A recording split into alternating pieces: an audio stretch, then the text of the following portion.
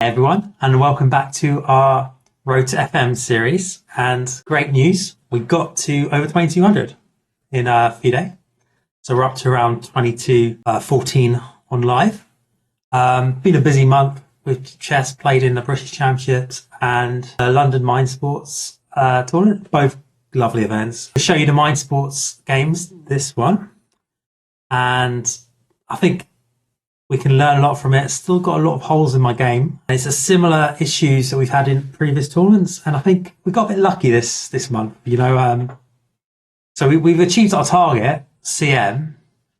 So big thank you to the Irish Chess Federation for speedily getting that, and fide obviously. So we're CM now on the fide site, which is great. Yeah. On the specifics of the play, first round of the tournaments, in all the tournaments I played in 3 different tournaments. Okay, so I played British, Mindsports, and the British was 2 different tournaments in one. So it was the Atkins, and I won the AM Open. So in a different video, I'm going to do the British one, and that'll probably be quite a long video because it's 2 tournaments in one. I'll show you some pictures there and all that. In this one, I want to show you the Mindsports tournament I played. We beat an IM there, and it was a great event. And we even met Daniel Naroditsky, had a chat with him. But like I said, we do have a lot of holes in our game still. And this tournament, just like in pretty much all of them, our round 1 performance, not so great. And we're really lucky in this tournament. Not to just lose. We were a -6 or something crazy in the round 1 in the computer analysis. And yeah, I mean, look, it's quite encouraging actually, because that means there may be scope for us to maybe one day get to FM, which is obviously the goal, road to FM. If we can just shore up these little kinks in our armor, maybe we've got a chance. So let's have a look. Let's have a look at the games, and I'll try to talk about the whole various things happening at the tournament, and yeah, let's have some fun. So round 1, and it's held at Ravenscourt, which some of you may remember. We actually played there before quite a few times. Not this specific event, but at a monthly tournament they do. So I knew the venue.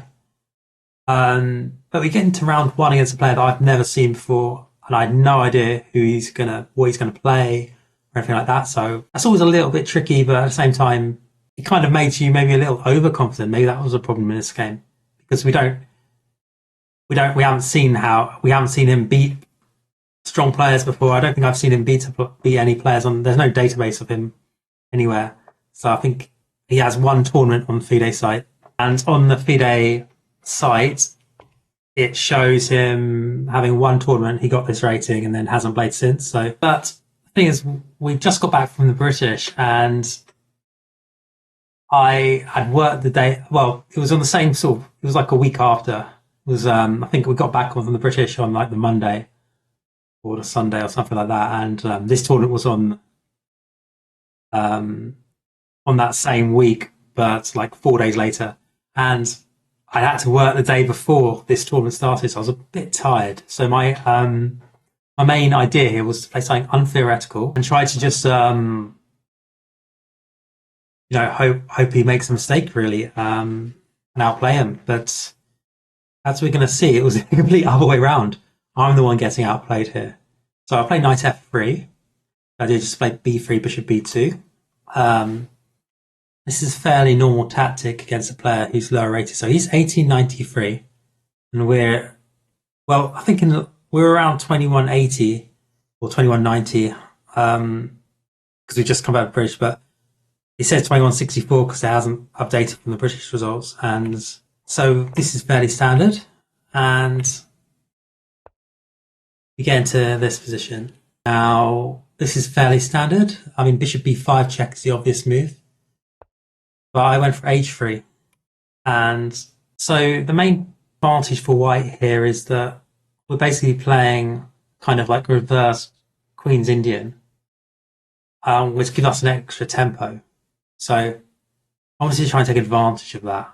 So I think the only real 2 moves here are bishop b5, so put bishop there, and try and maybe, if he played knight e6, maybe even take it and long term maybe get some positional trumps, or to go tactically and try for h3, d4, and try and use that extra tempo. But it's about 0.5, so nothing too special. But white is still doing quite well. They took on f3. I wasn't expecting that. That's quite unusual. I think it's perfectly good. Bishop h5 is the most, I think, human type move, isn't it? It's like keep your bishop in. But I guess then after I played g4, let's say bishop h5, g4, bishop g6, knight e5. Yeah, there's games in this database here. We've got some 2,500 players who've gone into this. So game here, we've got George Zivi, Wang and yeah, it's a draw. So maybe it's nothing too special. Yeah, back to the game. And I always felt like two bishops would be good here for me, but it wasn't so clear. Knight d7. So this is actually a mistake. I wonder if you're watching this, you can understand why. Because I didn't manage to find it. So here, in the game, I just went g4, which is a slight mistake. I just want to try and go with my bishops. I might get my bishop g2 and have them both probe. So if I can get my bishop to g2 on this diagonal. But if we look at this position again, and we remember what I said about being a tempo up. So suddenly tactics, if you're a tempo up, suddenly tactics can be pretty important. And so it's actually a really basic concept that I really should have spotted here. It's a bit worrying that I didn't spot it.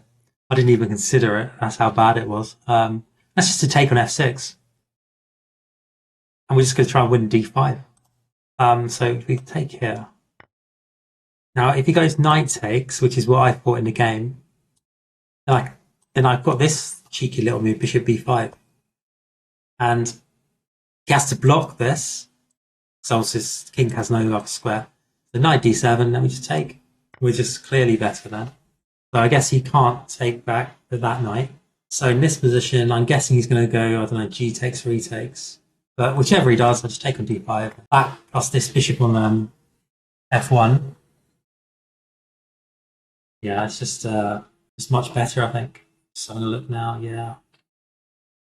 This is just, yeah, this is almost winning for white, actually. And I think it's also, you know, the objective valuation isn't always the same as how in a practical game it can be. But this is one of those cases where I think it's almost more than 1.5, which it says Stockfisher say it's plus 1.5 to white. But I actually think this is one of those situations where it's probably even worse than that for him, because this bishop on f1 is just so nice.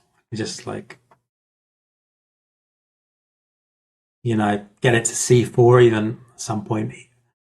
And I mean, it's even bishop e2, bishop h5 ideas at some point. It's looking quite tricky to play. He'd have to play very accurately here. But this is something I should have played. But after g4, h6, so he's defending. h4. And so my goal here is actually just to play g5 at some point. Maybe over at g1. And I thought during a game that I was probably doing better than I actually was. I thought in the game that these two bishops plus this kingside storm would just be like really difficult for him to counter. Because even ideas like bishop h3 here and then just g5.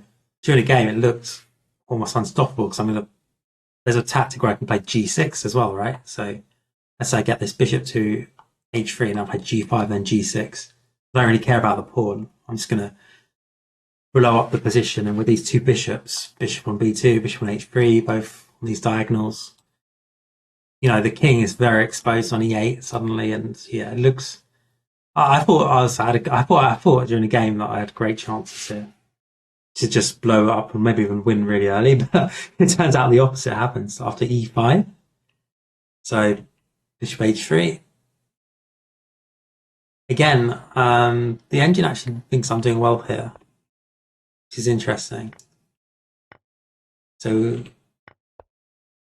yeah, queen f5, probably the first major error by me. Interesting, the engine still prefers us at this point. So this position here, I was aware that he's probably going to go for sort of like E4, D4 type things. I'm just trying to use the hole that he's kind of put on F5. So that's the one like weakness in his position from pushing these two pawns. But maybe I should have been thinking about getting this knight to F5 instead. The queen on F5, it turns out that tactically it's very hard for me to take on G5 ever, because his bishop comes to H6 and it's not so great. So actually queen F5 is a bit of a mistake. The queen on F5 ends up just getting in the way of my pieces. So queen E7, he's just going to cast the queen side, and if he could consolidate this position, he might even be better. Because it's so strange, but as we're going to see during the game, my position kind of became like it kind of collapses very fast with inaccurate play by me. So I played C4, immediately losing any sort of advantage. Should play knight C3 here. I think C4 looks natural. Obviously D4 is the critical reply. If he doesn't play that, then I think we can get our bishop onto G2. So let's say he castled queenside here. Yeah, I'm plus 1 point something. I can take and get my bishop in. I can move it back to G2 or something like that. So D4, bishop G2, also possible here. I played D3. And this is the move that really had me a bit worried. And he played E4. I mean, I wasn't expecting it. I think in my calculations, I was expecting him to play a more passive move here, like castle queenside. I was even thinking, queen E6 type of stuff for him.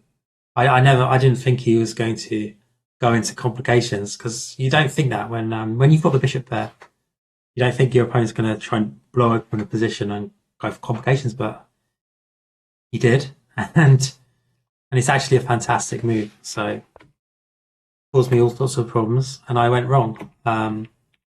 So here I should actually sacrifice the pawn, go 9d2, but it's already getting quite risky for me. And in the game, I took, and he took on e3. And at this point during the game, he took a long time. So he has only 6 minutes left, and this is actually really important. I know it doesn't seem like it, but I think the fact that he's only got 6 minutes here, and I've got 40 minutes. So now I'm at the point where I need to start thinking. But the fact that he's only got 6 minutes left kind of saves me here, because this position is getting really difficult for me. These pawns are deadly, and obviously if I take on e3, he goes queen. So let's say I took here. I'm -6 already. He just comes in and he actually has some checkmate ideas. So he takes, goes queen e2 at the end, and it's So let's have a look at this. King f1, queen e2. It's almost resignable, right? You can even go take on b2 if he wants. And yeah, and I realized that when he played it, I was like, oh no, what have I done? And I actually went wrong here, but I didn't go wrong. I didn't go wrong to the degree that it was an easy win for him. So queen takes d3. I actually thought this was like a bailout type move, queen takes d3. But I missed how strong his replies were. So here I should take on f6, and I can apparently somehow this this is apparently equal. But this was actually a bit beyond me. So we go into this, and then we go bishop c6 check. Supposedly this is equal. Doesn't look equal, but yeah. I'm guessing I'm just take on e3 at the end. After king d8, take on e3, and take on a8. And what a crazy crazy position to be equal. This bishop going to g7.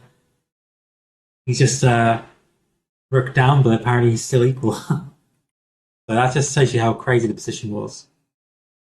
And he's only got 6 minutes at this point, so absolutely crazy. But I took on d3. And I'm -2 here.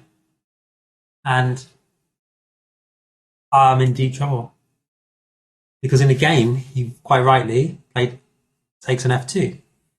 And king takes f2. Knight takes g4. And here, so we just put the analysis on again.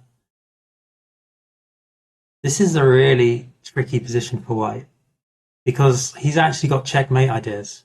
So I was calculating queen e1 here. So king g3, obviously. So obviously I've got a choice here. Where am I going to move my king? I have to move it somewhere. And I think in the game I played f1, which actually is like -5 for him. In the game I was looking at this, and I was really worried about queen e1 check, which actually apparently isn't that great for him. It's only -1, but it's still very scary. I mean, you can imagine in a game, you have this looks like it could be checkmate coming. Because if I go king f3, he's got 95 winning my queen, and if I go king h3, he's got queen h4 ideas, and it's looking really risky. But apparently, I can take on g4 here, and supposedly, I'm just about able to survive. But I'm still worse. It doesn't feel like that during the game, and I actually thought I was lost. So yeah, I played king back, and yeah. I mean, I guess king g1 was another possibility here. Yeah, maybe king g1. So king g1, rook d8, something like this, and that's probably one defense. But we're still quite a bit worse. In the game, we played f1, and tactically, we're in deep trouble. So you can see, I think tactically, queen takes b7 is coming if we do absolutely nothing. And if we take on a8, we have this problem that he has knight takes d3, just winning our queen. So what do we actually do here? We're struggling for a defense. I mean, if we go bishop check, he's just going to take. He's got a free piece for nothing. So we got to do something with our queen, right? So, I mean, I took on e5, but that just delays the inevitable, right? But if we play a move like queen e4, which I was close to playing, but queen f6 just destroys us, and he's actually got checkmate coming. If I'm not careful, it's like -10. We have to lose up. We have to give up our queen here. That's how bad it is.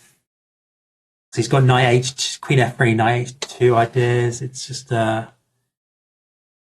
absolutely crazy. So, I mean, you imagine how depressing it would be to lose, to be so close to CM, and to just in the one game pretty much just lose it all. Because this guy is lower rated than me. I mean, he was 1893, and if we'd lost this, we'd probably lose about 15 fide or something. Well, I don't know how much fide, maybe 10 fide points, maybe. So we might have still made it, but it would have affected our entire tournament because we wouldn't have gone on to maybe play IMs and stuff later on. We would have ended up playing maybe on 0 points. We would have ended up playing like an underrated junior next round, and maybe I'd lose or draw that game, and then suddenly we're back to square one. But the game in this position, so this is a key, we were able to fight. So I thought he was going to go knight takes e5 when I played it, and I thought I was just delaying a move. But actually, there is a slight difference when he goes knight takes, and he should actually take on b7. And if he takes on b7, I'm in deep trouble. So I'm -5. So I'm -5, which, I mean, I'm just lost here. It turns out it's not even hard to see once you look at this position for more than a minute. Because the point is that my bishop on e5, he's under threat. You can just take it. Next move, if I try and defend against queen h1, he can take on e5. Let's say, and also tactically, if I play something like queen g3, just queen h1, it's like I'm just getting checkmated. Queen e4 is, whenever he wants, he can win a free piece. And yeah, so let's say king e2, queen e4, and it's a loss. Knight takes e5. Now here, the difference is I've got queen e4. And that at least gives us a slight chance to swindle him. And if you remember what I said about the time situation, he has 3 minutes left. So it's minus 2.4 now, but he's clearly better. He should play rook d8, plays queen f6, king g2. Now here I thought the game was slightly starting to turn a little bit, because I thought if I get my knight to d5, let's say I get this knight in, we'd be okay. But we don't have time, and if he plays rook d8, we're in trouble, so he does play it. Should d5, we just have to block this rook coming in. And I've got the problem that if I move my knight to c3, rook d2 suddenly causes us a lot of issues. So I played bishop d5. And here he fought for about a minute. And I think he was looking for a checkmate. So clearly this position feels like black should have something. But at the same time, he is, born to the good. And he is better, but at the same time, it's kind of hard to find a win now. So if I could consolidate as well, get my knight to c3, maybe bring this rook in round to f1 or something. Suddenly, with him only having like a minute or so left, we got a chance. So he played d6, which is a mistake. And it's not an obvious mistake either, but it mainly relies on the tactical issues he has with f7. So he should play bishop e7. And if he plays bishop e7, knight c3, he can go knight g6, and he can essentially solve all the problems he had in the game. And, he's just going to move this knight to f4 at will, or h4 if he has to.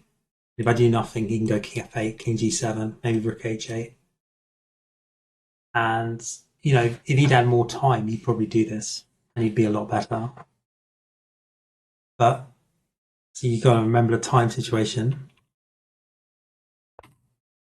With bishop d6, suddenly my pressure on the E and F file suddenly becomes a problem. So knight c3, king d7, and actually we're equal now. And I started to get a bit more confident here. I thought I might have a chances, because king d7 looks wrong, but it actually turns out it's not too bad. So yeah, king f8 probably the best move. So if he goes king f8, we go rook f1. And apparently this is about equal, but it looked like during the game, if I just played something like queen f5, that would be better. But actually, he's fine. He's holding the balance, and he's got some threats of his own. He can play g4, queen h3 if I'm not careful. And this queen quickly can come in at some point if I'm not really careful. So that stops my attack. And my attack looks better than it actually is, because he's got tactical resources. So something like this, we just win for him. This is the tactics. And yeah, so it's quite complicated. So if we look here, we're about equal, but he played queen g7, which is a very human move, and he hasn't got much time left. So this is the problem he has. So I think the main problem with queen g7 is it's a bit passive. So he's trying to defend f7 and e5 and g5. But by playing queen g7, he's no longer attacking my weak king on g2, which means suddenly we're the ones pushing. And quite like this move that we played in the end, knight b5. It really asked a question for him. The main reason we're playing this is tactical. So, I mean, I guess we could also take on a7. Got ideas of maybe going queen f5 also. And we've also got ideas of maybe doing a discovery and getting our queen to b7. Which maybe doesn't quite work now, but if he plays the wrong move, it would work. Let's say he moves, I don't know, rook h8, then suddenly we can do some tactics, get our queen to b7, and it's good night for him because we go knight takes d6 at the end, and his king moves. So let's say I'll show you what I mean. It's like this, and if he takes on at e6, we go queen b7. We're going to pick up the queen, or even checkmate, knight takes d6 at the end. If he goes king takes, go queen d5 first, and then do the same idea. So something like this. I mean, well, we could even take on d6 actually. So yeah, just wins. So he's under a bit of pressure now. Crazily in the game, he actually played rook h8. I had a brain. I'd like I don't know why I didn't play bishop e6. This was the entire point of my play. So if you look at the time, so he played rook h8 here. Now, as we've just seen, bishop e6 wins, right? And sure enough, it does. But for some reason, I spent like 6 or 7 minutes calculating. And I said to myself, what if he doesn't take on e6? What if he goes king e7? Now, obviously, if he does this, let's go queen b7. and I'm going to take d6 anyway. So it's like, I don't know why I didn't, but for some reason I didn't see it. And yeah, we played a terrible move here. Played queen f5, e7, and we went for this sort of cheapo plan with rook e1. So we're just putting pressure on e5, and we're hoping he goes wrong. He does go wrong, thankfully. So he's getting overloaded. And after f6, it's actually checkmates coming, if I play it correctly. Which I didn't. But thankfully he's got no time. So he's playing on increment. It's 90 plus 30, so... But the problem is we've only got 3 minutes as well. But it's still quite easy win, thankfully. And in the game, yeah, it was fairly technically won. And he resigns somewhere around here. But yeah, so that was not a well-played game by us. We should probably have lost it. So that was our lowest accuracy game. Even our accuracy score was actually lower in this game than in the games we lost because of our errors. I think key points were we missed winning the free pawn in the opening. Bishop takes f6. And we went horribly wrong here with queen takes d3. We got outplayed, basically. It's happening again in round 1, so that's something to work on. We want round 1 we need to play fresher in round 1, I think. Because, I don't know, I think our opponents in round 1, they're quite fresh and they're up for it, whereas we're coming in tired sometimes, and that's not good for us. Yeah. But thankfully we won it anyway. But I think we got lucky on time, so it was just a time scramble. Yeah. Okay, so game 2, we're now against Israeli international master, Guy Levin, and much trickier game for us. Very strong player. And here we went for d6, so we've got sort of like the basic rat defense type thing. And we went for the pawn sack, but got the video for the rat defense, you've probably seen. And it's this Kasparov sacrifice where the idea is we can play a4.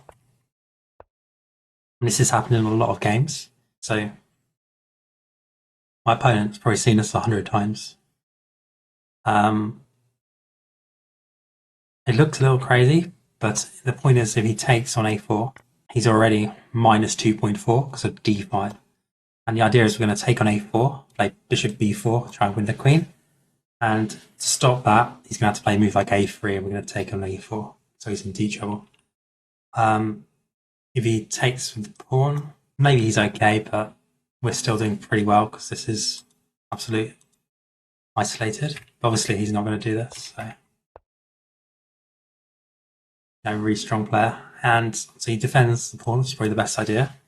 But we're still doing pretty well here. Now, in the game, I didn't really see this, but d5 probably should have played this. And this is really interesting. I didn't even know about this move, but I think it does actually have some games, and it's pretty strong. Yeah, I think this d5 idea is really interesting, actually. It turns out it equalizes, and it's about equal before, but these whole things of getting these sacrifices in, I think is always good against the player who plays d4 to go for these crazy complications, because they'll naturally want to play a move like this, and turns out we're actually winning if they do that, because we're going to get bishop to b4. So if they take on d5, let's say cd, same plan. You know, knight takes e4. And yeah, so once you see that, he takes queen e7. So they go queen e2.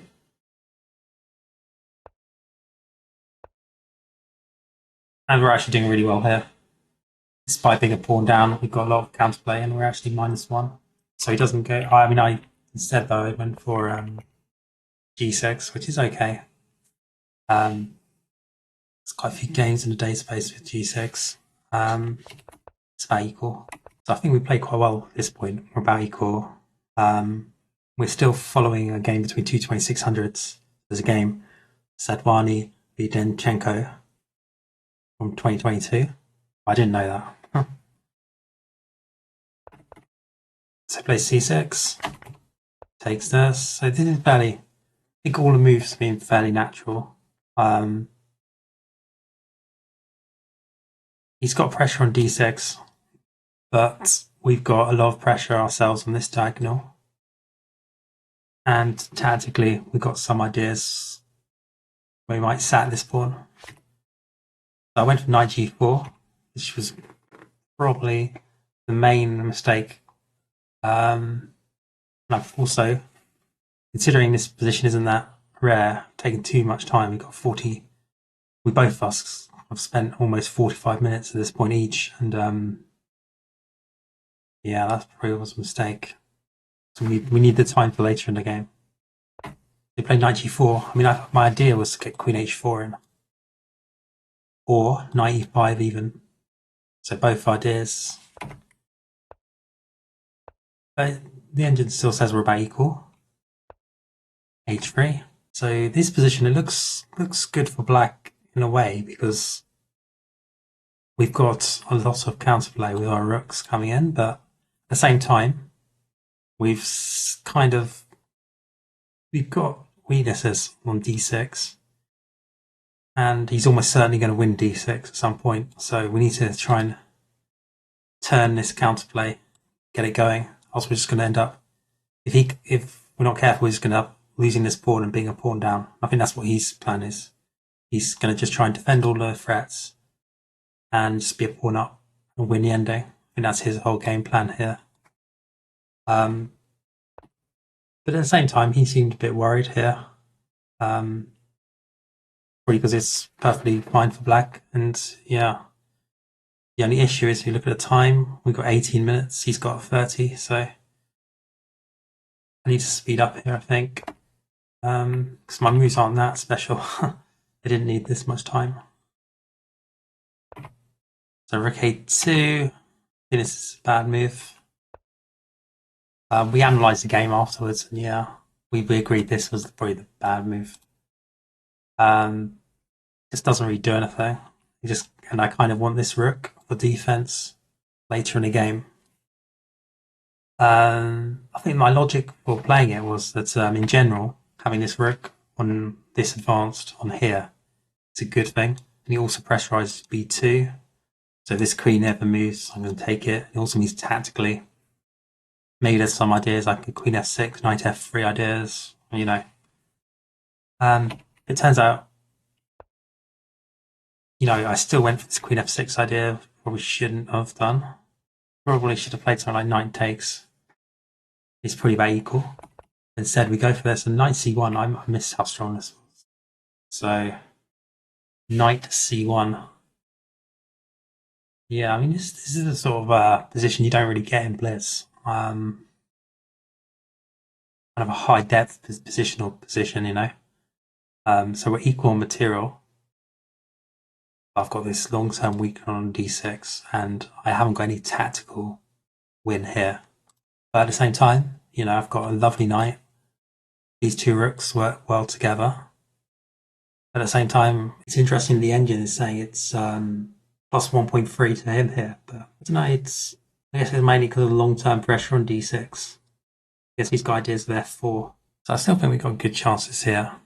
But we got outplayed, so I guess he's quite familiar with these types of positions. But yeah, he was able to grind us down a bit. As we can see, time is an issue, so we went back to a8, which gives a sad retreat. c5, nice move. I did see this move, but it's still 1.1, so not too bad, but ask some questions. Yeah, we should play d5, but it's still better for him. And the idea is to play f4 here. So knight d7 is the obvious move, but after e5, suddenly the knight comes to e4. It's a bit tricky for us. I think the main issue for us now is time. We've got 1 minute 57. And I like how he played in this game. He's just had zero risk. He got an equal position in the opening, and he's just slowly taken the positional edges in the position, and then when he needed to make the pawn sacrifice, he did. And so here we have to actually go back to e7 probably, and then maybe look is about plus 1.3. Instead, we went to queen h5. I thought I could take on e5 after this, but then I saw I couldn't. I think I was thinking I could maybe get away with this, and then g3. So in my head, I was thinking he takes this, and I can take an e4. I'm actually better than him, but he doesn't have to. So in this position, just g3 caused a lot of problems. Then he has to move, and then he's going to take the knight in. It's just a piece down. So yeah, the rook e7. I mean, I could probably very close to resigning here now, because this bishop on c8 kind of gets in our own way, and yeah, tactically we've got a lot of problems here. But again, it's a nice grind. It's like he's sort of zero risk. Got this lovely queen pressure. He goes knight f2. We take. Yeah, it's a nice little tactic just to win at the end. It's mate in 6 apparently. But yeah, f8 is probably a bad mistake. But the point is, not really anything I can do. Yeah, so that game we just got outplayed really. Our accuracy was actually better than the previous game, but didn't really matter. This is a 9-round tournament, so she decided, feeling a bit tired, take a few buys, maybe make it into a 7-round tournament. So round 3 took a buy, because most of the games are having double days, and already kind of seen, because I could tell the game 1 we didn't play that great, so I thought I needed to take a buy, and so we went to round 4, and round 4 completely different scenario, because we're actually with the white pieces, and we're up against a really talented junior, who's 2037, but has been a lot higher actually, even in the last year. So I think they were 2100 a couple of months ago actually. yeah, from Ukraine, and yeah, I just saw in his games very strong player, very positionally strong as well. And so I thought if I played what I did in the previous round, previous white game, he would just equalise quite easily and could be in trouble. So I prepared this line from Blitz. Because I saw he played the Caracan, but I didn't know which line he played within the Caracan. I saw he played Bishop f5 in a Caracan advance. And yeah, in online Blitz, I'd quite like to play this Tau variation, which goes after. So this is actually a really interesting line. It's quite creative. And I found whenever I played the Caracan as black, this line is very problematic for me because the positions aren't like the others in the Caracan in the sense that the obvious move is Queen b6 here. And after Bishop d3, which is the main move, you immediately have to start getting asked a lot of questions like you don't normally find in a Caracan that you're going to get given pawn sacrifices, and often the best way against the Tau is to actually take them, but to do so smartly and cleverly under the right circumstances. And it can be very tricky to decide when to take and which pawns to take. So here, you can take on d4, but one common blitz blunder or bullet blunder is to take on b2, and white's already way better then. So white could just sack the rook on a1 and be a lot better. And a common mistake, he didn't play obviously, but he took on d3. So in this position, common mistake is to take on b2, and after e6, it's crazy complications, but white's actually crushing here. He's 1.5 better already, and turns out the rook on a1 isn't important at all. But against a positionally very strong player, going in for this is always going to be quite smart because we want to play to his weaknesses, to our strengths, hopefully. So I tend to find do quite well in these type of positions. So yeah, and it turns out this was actually our best game probably of the tournament in terms of accuracy. But yeah, he didn't take on b2, so he played the main move, which is e6. And yeah, so we got about the main idea for me is to just sack b2 if we can. Now he can actually get away with taking on b2 around this point if he wants. So he can take on b2 here. Let's say he took on b2, and I think we get plenty of counterplay of rook b1, so it's not too bad. So he went for knight h6 actually, and yeah, I think he's got, and yeah, he's quite solid. I think white does have quite a nice initiative idea if we can play c4. So you compare this to the normal advanced Caracan, you don't really have c4 as easily, because tactically it tends to be really weakening, but here he doesn't really have the methods to meet it he would normally. So he's probably not going to take it because the knight takes. So he's got holes on d6 and even on e4 later. And so if we can just play moves like b3, castle, rook c1, a4, all these sort of ideas, we can get quite a nice clamp on him while at the same time being able to attack him on the king side with ideas of like even f3, g4 ideas later. So in a game, knight d7, it's a bit of an unusual move, and we're actually plus 1.2 now, so that's good.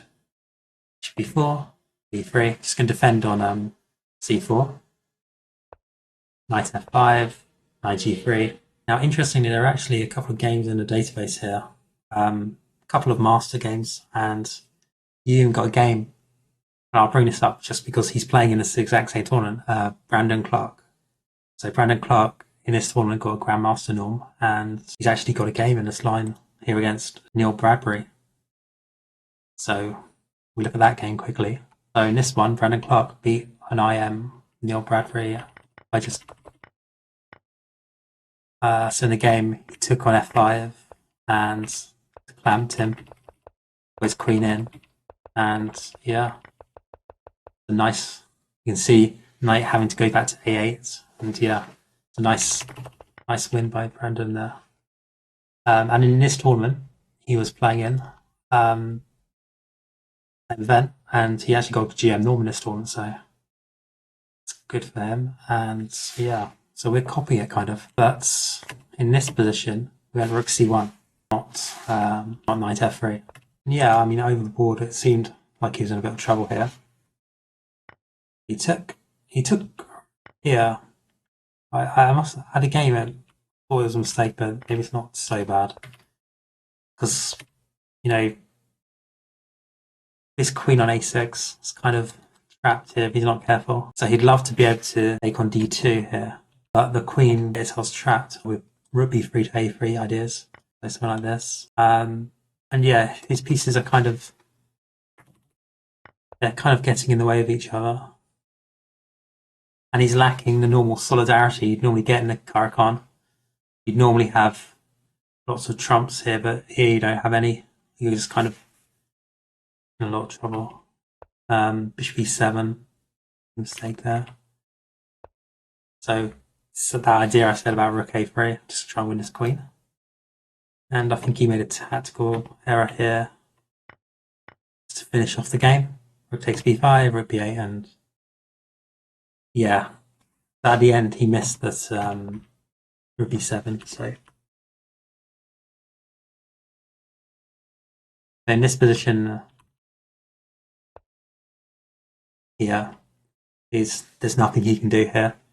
It's just lost. He can't actually stop me going rook a3. So we look at the engine. You know, it's just lost. He has to play knight a4 and sack that knight, I think. So here, he actually wants him to play b6 and yeah, rook b4, and actually just sack the knight and just be a knight down.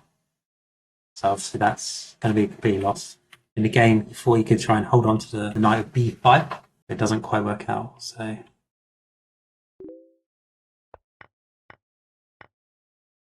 just taking it.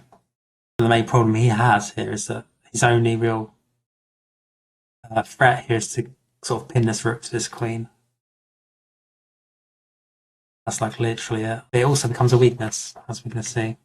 So just take this, check, and I'm just going to be a rook up. But if he doesn't do this, let's say he plays, I don't know, say he plays rook c8 instead. I mean, I think there's quite a few ways we can win this, right? I think I was looking at the board, I was even looking at d5, yeah. Something like this. Because he hasn't really got any threats.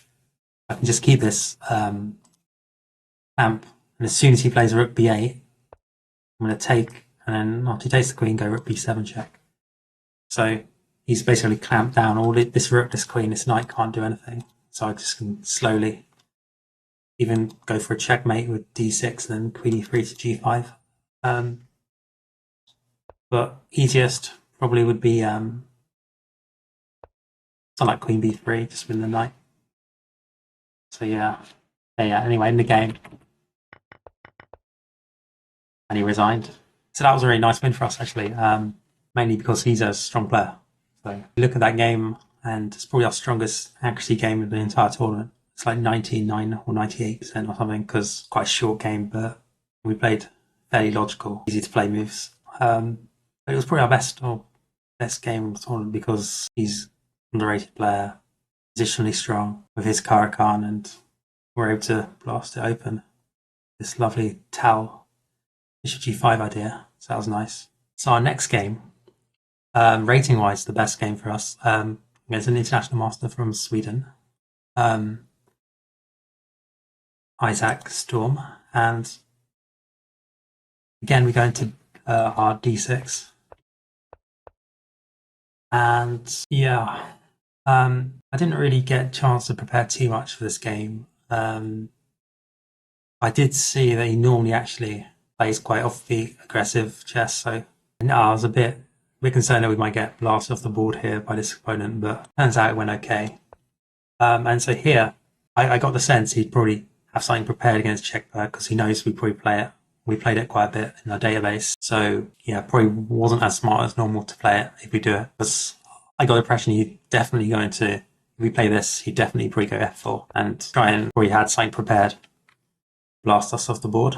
But instead I went for this one, which is Carlson's move. And this is quite a solid bit drawish. If your opponent wants to draw, they can take on E5, they can take on D8 at the end, and if they want to draw here, it's going to be pretty hard. I mean, this isn't good for white, really. I mean, it's about equal, but if they want to draw here, it can be quite hard as black to drum up counterplay. But as he's the IM and he's playing a lower-rated player, he's probably looking at me, thinking easy win. He's probably seen my round 2 game against the Israeli IM, and he's probably thought, he's seen me lose that one. Probably thinks he can beat me with queens on easier. So that means that E5 suddenly becomes a good move for us. And he went for this, which was a surprise. This is like the most tactical type lines you can get. It's really interesting, actually. I do remember there was a game, actually, Gowan Jones played this as white against Ding Levin. So let's have a quick look at that game. And yeah, Ding Levin basically played like this and was able to do quite well, I mean, it was still quite equal, but Ding Levin was able to handle it by this sort of thing. So tried to kind of copy it. Went for this C6 idea. But here, for some reason I took on D4 early. I went for E4. There's quite a few games on the database. We've got games by if I pronounce it right, Nisipanu, who's 2650. But yeah, I do think I'm in a bit of trouble here. I'm just going to try and reroute my pieces, but he's got a massive attack coming. So I'm going to, in my head, I'd already decided I'm going to castle queenside here, unless he does something crazy. Because I don't really want to try and defend this pawn, G5, H4, H5 coming. So I play G6, 96, try and swap off. But actually here, when he castles queenside, I think I need to be a bit more careful. So yeah, this position here. So I castle queenside quite quickly. I think we shouldn't. I think we need to play it a bit more smartly. Because it turns out that pawn and A7 and stuff, it's all quite risky. Maybe just move like bishop G7's more smart. Anyway, we need 3. So now he's quite a bit better now. And King B8, another mistake, slight error. Let's have a look at what I should play here. So I should play King B8. And yeah, I mean, it's about +1 point something, so it's not too bad. But he went wrong a little bit. So in this position, he should just play H4. Or even rook G2, and yeah, he's going to be quite a bit better. And again, he went for knight A4, knight E8. My position's quite cramped. Yeah, this position is very cramped for black, and I actually thought in the game, and it says 0.6, but in the game you don't see that, obviously. Yeah, I thought I might be losing this, because tactically there's some issues. So my rook on D8, I'm aware that this D pawn can't really move, because if it moves, obviously he's going to take on D8. So suddenly knight C5, E5. There's even some scenarios I saw where he had some sacks coming. But at the same time, if we can somehow survive this and stop his attack, then if we're able to get bishop G7 in, and we can consolidate, get quite a nice position, because we can get a king to A8, bishop on G7, knight to C7, D5, suddenly so if we can get our bishop to G7, our knight to C7, king to A8, suddenly we can start pushing and we're probably doing quite well.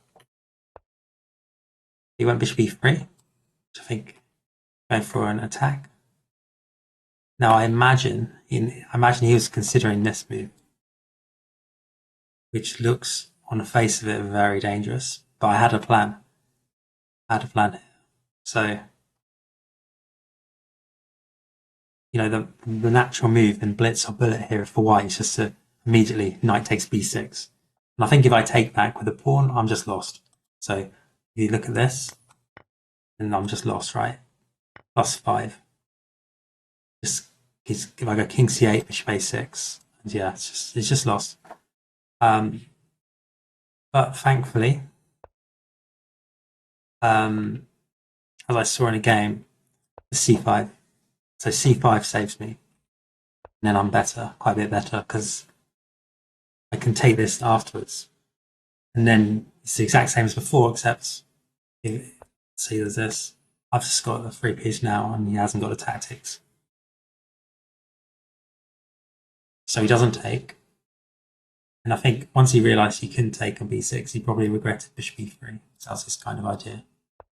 He played f4, bishop g7, queen d4, c5. So I quite like c5. It's kind of an anti-positional move. We've got less time on the clock. We've got 20 odd minutes, so we'll be a bit careful. But the idea is I can actually reroute this bishop on e6, possibly as well to b7, and get my knight to c7. And even though it looks a little strange, if you give me two or three moves here, I actually think black might have good chances. So if I get this bishop on this diagonal, I can get this knight on c7, then start pushing d5. It's suddenly quite nice for black. Queen d2, so it's a mistake. I think I'm not quite sure why it's a mistake actually. I mean, knight f6, knight c3 should have played.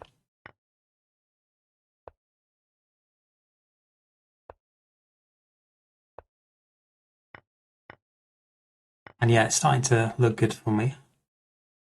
But again, time pressure, 6 minutes left. It's going to be pretty solid.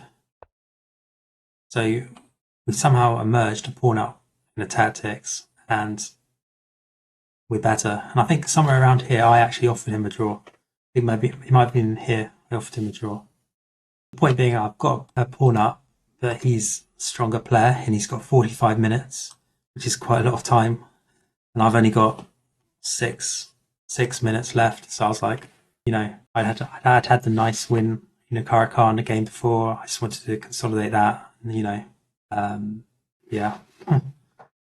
Hope for CM. They played e5, and here we took, takes, queen d6. Now queen d6 was an important move because everything else kind of looks dangerous for me. During the game, I was close to playing some bad moves. I was close to playing this move. Yeah, I remember this. And I think I might have been in trouble if he played something like this. But the idea of this, if he takes this, but if he plays something like b4, I'm in trouble. Anyway, queen d6. So I'm going to go queen d1. I want the queens off, basically. b4. And takes. And we got the queens off. So we've now got barely any time, but we are now just a pawn up, nothing. Absolutely nothing, basically. So he doesn't have any sort of pressure. He doesn't have anything really. We're just a pawn up. But he still should have some practical game, should have some drawing chances. In the game, I think even here, maybe he was playing quite fast. Maybe he was just really annoyed at having got into this position, and he just wanted to try and beat me on time. But he decided to play some quite, inaccurate moves because he's gone from pawn down to 3 pawns very, very fast. And yeah, once we get this, it's like he resigned. But yeah, I think he should have in this position when he got to the end game. When he's up at this position here. I know it's -3, but there must be a defense better than the way he played. Maybe something like bishop e4. Just try and consolidate a tiny bit. Then go for f5 or something. Just try and put some pressure on me in the game.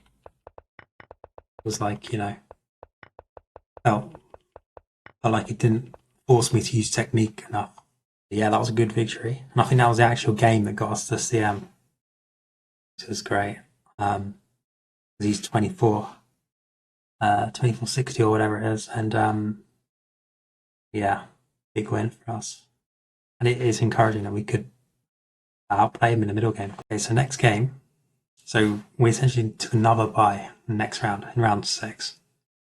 Yeah, because I felt like we were playing well when we were fresh. We had a lot of energy to play the middle game well. So we go into this game fresh, having had a bye the previous round, and unfortunately we were black again, which always is a slight disadvantage, right?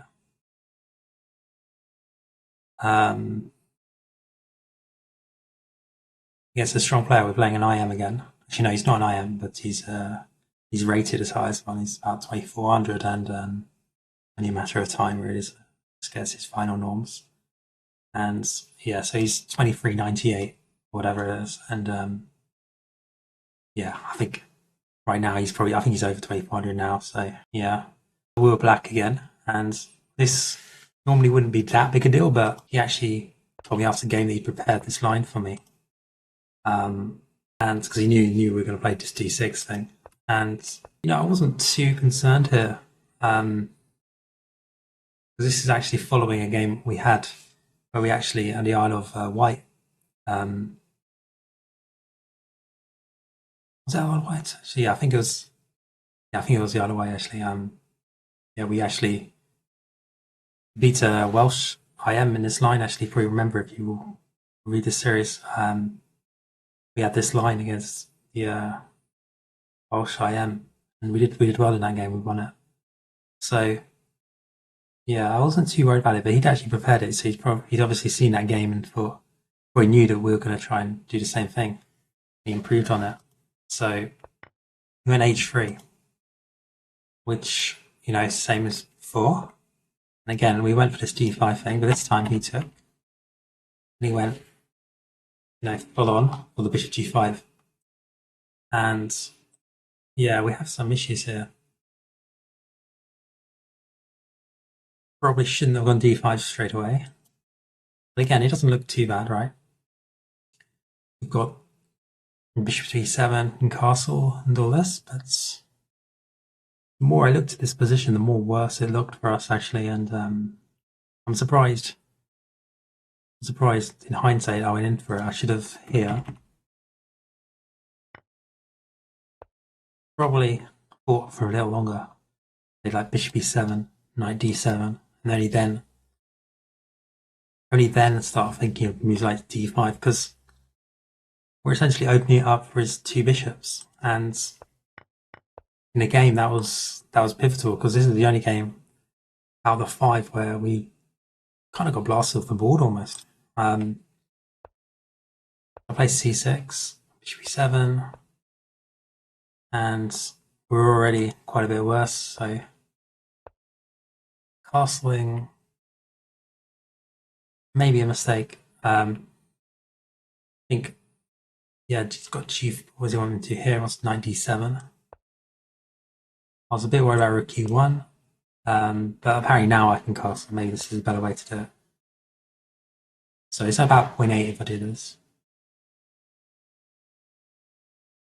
In a game, the castle, and he was able to play h4. And so he's played it. The problem for us here is we haven't made this very difficult for him. We've just we've allowed him just to have this really easy h4, g4 attack where he just, he hasn't really done a lot. Kind of reminds me a bit of the game we had getting round 2. No, not round 2, sorry, round 3, where we beat the Karakan quite easily. And our opponent didn't really make us do too much. This is kind of like the same thing. But this time it's us making it easy for our opponent. Yeah, I went queen a5. Just trying to. I couldn't really see much for me here. So the engine thinks we should play queen b6 or knight f8. I thought knight f8 would be too slow, but it turns out maybe it's actually okay. So king b1 he wants. I was more about h5, I think. Thought after this. So knight e6. I think I actually thought he could take f6 and maybe just push, but it turns out no. In fact, I'm actually better. Wow. So actually I'd be better if he tried this, but even after bishop e3. g5, it's a bit worrying for me, but apparently I can hold on with h6 and I'm okay. But practically this looked quite scary, but I needed to go in for this and just hope to somehow survive the complications.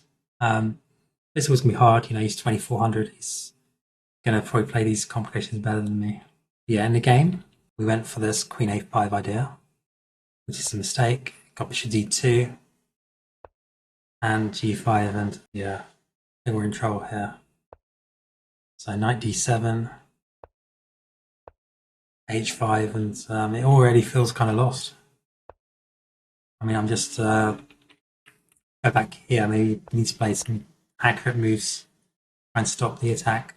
I think even here, even if I play like 100% accuracy, I think it's still going to be a win for him. So I think even the engine move here wants knight e4. But it's just sacking a pawn for nothing. In the game, going for this way. Yeah, this is just so crushing these rooks. Going to take a lot of defense here to try and survive. So g6 I need to play. I played rook e7, but g6 I had to play. But even here, I mean, I can probably just queen h3. So play rook e7, g6, and yeah, I mean, it's just absolute annihilation, really. And he's just got checkmate coming. But even once we get to this position, I think we can almost, against a player this strong, you can pretty much stop it, because this is such an easy attack. Just play the g6, h6, and sack mate, But yeah, maybe g6 is the best try. Queen h3, rook e7 now, king b1. So yeah, this maybe if I did this, it'd keep it going for a bit, but problem is he's got these lovely bishops coming in as well. It's very, very hard to see how we can survive. But yeah, the game, nice tactics, and I mean this was a nice tactic, yeah. So I had this cheapo where rook e2. Let's go back a bit actually. Let's see what happened here. So knight f8, rook g4. So here, I mean, it's +4. I don't think there's anything different really I could have done. Queen d8 just kind of runs into queen h3. He's just going to get his queen in. Maybe king f7, rook f4, something like this maybe. Yeah, the engine thinks it's like +5 for him, so maybe it's better than a game. Yeah, we took on c3. The idea is to take on a2. Doesn't work, obviously. I actually thought he was going to just play like king d2 or something. But then we have this nice move. So I think quite a lot of players here would actually go wrong, and they play king d2, or they play a move that like Queen h3 or something. Or maybe rook h4. But we can actually equalize if they play king d2 or rook h4. We've got this move. And crazily, suddenly we're back in the game, we're equal. I guess because we've got rook e2 ideas, bring our queen in. It's kind of crazy. But he played bishop b4, which is lovely. And I think if I play rook c3, queen h3, I think it's just lost. In the game, I went for a bit of a cheapo with rook e2. So the idea here is twofold. If he takes, the whole point is that if he takes an e2, we go queen a1 and we pick up the rook on h1. So then suddenly we're equal again. So like this, and then we're back in business, right? Because suddenly this king looks a little drafty, and we've made an exchange of rooks. So maybe we could somehow get this knight to e4 at some point. Then suddenly we're okay. But in the game, I mean, obviously, also I've got queen a1 checkmate if he does something really stupid like rook h4. But he just takes g7. This is a lovely, it's mate in free. Yeah. I've got no choice, got to take it. And I mean, he's got choices. You could take this. And just there. So he's going to go queen h. That was a bit of an annihilation there. And as a side in the end, that was to withdraw. And because we're tired, we got to around 22-14 on live.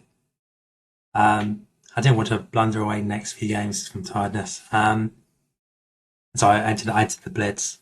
Danya was playing. I'll do another video on the Blitz bonus actually. It's quite interesting. Danya obviously came and he won with, I think, 9 out of 9. He's a 2750 Blitz player. And yeah, it was a good tournament. We got rating forms around 2350 in that one. Good to beat an IM.